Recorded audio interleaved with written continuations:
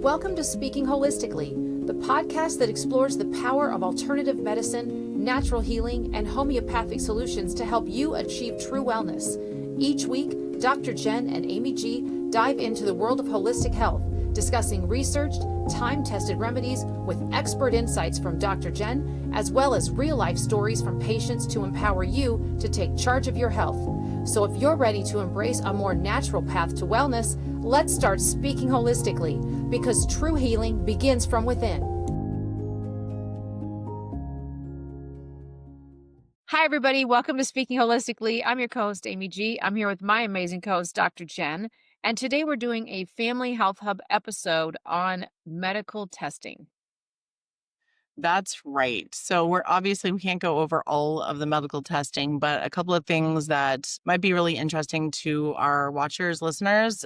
And that is because I think what prompted this more than anything was that I got a letter in the mail from the health department about newborn screenings. And so effective the beginning of this month, the Department of Health will discontinue screening and reporting results for the condition non-ketotic hyperglycemia.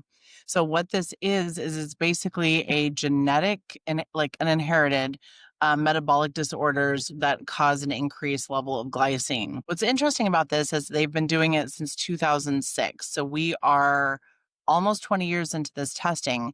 And what they found is that since the time that they started the screening, only 6 infants have been identified with this condition through newborn screening, and they've had over 1,000 false positives. God. Which means these babies have been tested. The parents told they had a genetic inherited metabolic issue, potentially treated for it. Come to find out they didn't have it at all. So over almost 20 years, 6 infants actually had it, but over 1,000 of them tested positive for it. So I would say that that test probably wasn't super accurate. Not to mention the stress that the parents endured, that the baby endured, the treatment that they endured potentially, that was absolutely unnecessary. A lot of people are saying, oh, well, testing is great. And it can be to a certain degree, but you also have to realize that we're over testing a lot of people for a lot of things and coming up and treating people for issues that they don't potentially have or wouldn't have if they hadn't been screened. So case in point is mammograms. So am I completely against mammograms? Not necessarily. I'm never going to say no test is, well, except for that one right there, is not necessary or very beneficial to the average person. But basically, there's research, and if you Google it, it'll come up with like, oh, it's just minimal radiation mammograms. And it's like, well, you really have to look at the whole story. Do you have a genetic predisposition? How are you handling your body, your diet, your lifestyle, stuff like that? Oh, there's research from 2016 that states that the annual screening of 100,000 women aged 40 to 70 years old was projected to induce 125 breast cancer cases, leading to 16 deaths. And people go, well, if 125 people die because we saved all these other people, like, it's okay. I'm like, yeah, unless it's you being exposed and Somebody in your causing, family. yeah, that you would have never had breast cancer if you hadn't been exposed. They said relative to 968 breast cancer deaths averted with the early detection from the screening. However, women with large breasts requiring extra views for complete examination were at the biggest risk for, breast cancer because of the radiation exposure. So they also stated that if you did breast cancer screening starting at 50 and not doing it every year, but doing it every other year, it would reduce the risk for radiation-induced cancer 5-fold. So instead of doing it every year, do it every other year, every 3 years, every 5 years, whatever it is. But look at your relative risk. Do you have family history of this? Do you have a gene associated with it? How's your diet? What are you doing? Are you doing lymphatic drainage massage? Are you doing fascia blasting? Are you drinking lots of water? Are you taking supplements that are healthy and whole food, basically? How's your sleep? How's your stress? All those things play a role into how our body manages aberrant cells. So that's something to think about too. Just because you want to get mammogram done every year doesn't mean that it's necessary to have you specifically do it every year. So take a look at those risks / versus benefits of, that kind of screening or test. Now, the other one that I think is interesting, this was back in 2000, and when this came out, this was a big one. But basically, it's a retrospective study, meaning they looked back at all of the numbers. And Kaiser Permanente actually did this in 2000. It was published in Pediatrics Journal. It's on PubMed, so you can absolutely go take a look at that. And what they did is they wanted to check to see about Group B strep infections in term infants. So basically, almost every single woman, especially, and even home births, they'll often check for this. So I'm going to back up a little bit on this testing. Most of us women know what a mammogram entails, right? I don't have to go over that testing, but this one, the woman gets swabbed from the vagina, the perineum, and the anus. And a lot of people don't realize this. So they swab all three locations. So they tested for a bacteria called Group B strep. And so what happens is they actually have come up that there's a 60% false positive rate in this test because they're not just checking the vagina. They're checking the vagina, the perineum, and the rectum. And Group B strep normally resides in the colon. It's there. So let's say mom was racing out the door, didn't wash herself as good as she could have, and this shows up and they end up with a false positive test. But the thing is, they don't know where it is. Is it in the vagina or is it in the rectum? So I'm always like, why are they bothering with the rectum? Well, the bacteria could get into the vagina. Well, I guess if you're wiping back to front, but most of us women know that you're not supposed to do that, right? So why don't they just swab the vagina and then let you know what's actually in there to show you what the actual relative risk is? So this test is done at 36 weeks in your pregnancy. And then if you test positive, they wait until you come into the hospital 4 weeks later to give you the antibiotics. So I'm always like, if it's that big of an infection, why don't you manage it right then? Why do you Right. wait if you're so concerned? In which time, in early labor, they will give you 12 hours of IV antibiotics for this bacteria. Okay. So if you don't have 12 hours, if you show up in the hospital and you're like ready to push this baby out, they don't even bother giving you the antibiotics at Oh, all. wow. So what they do is they monitor the baby to see if there's any kind of symptoms. And then if there are, then they'll treat the baby. If there aren't, they don't treat the baby. So it's very, very interesting. To me, there's zero logic in how this is handled for Yeah. sure. But what do I know? So but what's interesting is they did a retrospective study on this, okay, of infants who had early onset GBS infections and were born in Southern California Kaiser Permanente hospitals from 1988 through 1996. Okay, so out of almost 278,000 live births, 172 term infants with a culture positive infection had clinical signs of an infection, and 95% of them exhibited them within the first 24 hours of life. But what's really interesting is all, not some, all of the infants exposed to the antibiotics during labor became sick within the first 24 hours of life. All of them.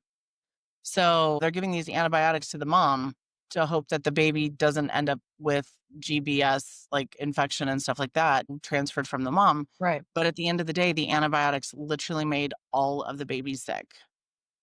And yet they still do this test. So exposure to antibiotics during labor did not change the clinical spectrum of disease or the onset of clinical signs of infection within 24 hours. So either the babies ended up showing infection, like whether the mom was positive or not. The babies that showed positive for the infection or had symptoms showed up within 24 hours, regardless of their antibiotic status. But Oh, all the babies that had antibiotic exposure ended up sick. my God. So I know. So they're still doing that. The study was done 25 years ago. So it's just really interesting that we're still doing some of this stuff. So for the people who want to question this, it's you need to have somebody who's going to advocate for you. You're going to have to decide how you want to handle it, but you definitely have to get the information. And a lot of women go in there and just go, well, I trust my doctor, and that's all good and well. I trust my mechanic. I trust my dentist, but I also do my due diligence by asking questions, looking up stuff beforehand. I mean, we have the advent of the internet. We didn't have that 35 years ago, 30 years ago, even. So looking at some of this testing and starting to question things, and it doesn't mean you don't have to do the testing. You can still do the testing, but at least you should know what the potential is for this. Like if you have larger breasts, they're going to do more screenings on you potentially. You might have dense fibrocystic breasts. You're probably going to have an increased risk of cancer due to the ionizing radiation, even though it's so small. I mean, it's not a big deal. It's less than an hour on a flight. I mean, however they want to go about it, it's still, if you're doing that every year, that's going to add up, and the babies, I mean, being treated potentially when you had 6 that were actually positive and 1,000 had a false positive and that were probably treated and, they never had the issue to begin with. Just critically think, look up the data. Don't just Google, because when I look up mammograms and cancer risk and ionizing radiation, the first 50 things are like, no, it's okay, it's safe. And why do these people have this fear? And you actually go look up the research on PubMed, you'll see that there's actual research there and available. Yeah, I mean, I feel like for me personally, I have large breasts and I have dense breast tissue. I have both, like 2 strikes against me. So I opt to do thermograms because I just don't want that kind of exposure. And I know that if I go to my gyno, she's going to order like a PD mammo where they take extra images because of the dense breast tissue. And I know what that means for my body. And I know what that means as far as exposure. And I just don't want to have anything to do with it. So it's like, no thanks. Well, and the same thing with like the breast implants. It's going to be the same situation for the breast density, right? So they're going to have to do a little bit more exposure to get through some of that. So, that is something that you get to deal with. So do you do it every year? Do you do it every other year? I mean, this research shows if you do it every other year, it decreases the risk 5-fold. That's significant. It's not just cuts it in half. You know what I mean? That's pretty significant. So, yeah. Yeah. I always wonder how they can see anything if somebody has breast implants. I mean, I don't know how they can even tell if there's cancer in there because there's like foreign objects that are taking up the entire breast, area. Well, and I just had a patient last week or the week before, she had her mammogram, which is fine. She had her mammogram, but like literally she has a tumor the size of a pea. So they went in and did a biopsy. And I'm always like, why? Why didn't you just have them take the whole freaking thing out instead of doing a biopsy, popping the hole? The whole point of a tumor is so that the body can pull off and contain it and and protect your body from it. So instead of popping a water balloon and letting the contents spread out for 6 weeks until you get the results and the doctor gets the results and then you finally get an appointment and, they could have just taken the whole dang thing, biopsied it outside of the breast. And then they're like, yeah, we got clear margins. Everything's fine. And hey, it is cancerous. Good news. You're good. Or it's not cancerous and you're still good. And you don't have something that could mutate. So Yeah.